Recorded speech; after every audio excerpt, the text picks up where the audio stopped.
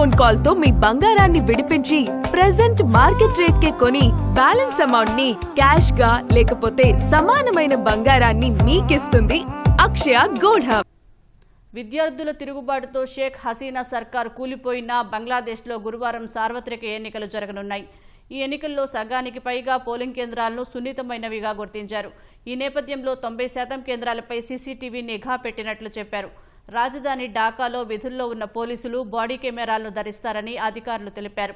స్థానిక పరిస్థితుల ఆధారంగా బలగాల్లో మోహరింపు ఉంటుందని బంగ్లాదేశ్ ఎన్నికల కమిషనర్ అబుల్ ఫజల్ మహమ్మద్ సనావుల్లా చెప్పారు.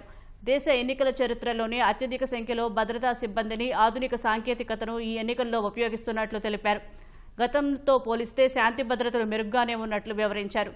దేశవ్యాప్తంగా 43,000 పోలింగ్ కేంద్రాలు ఏర్పాటు చేయగా వాటిలో 24,000 సున్నితమైనవిగా police inspector general Baharul Alam చెప్పారు.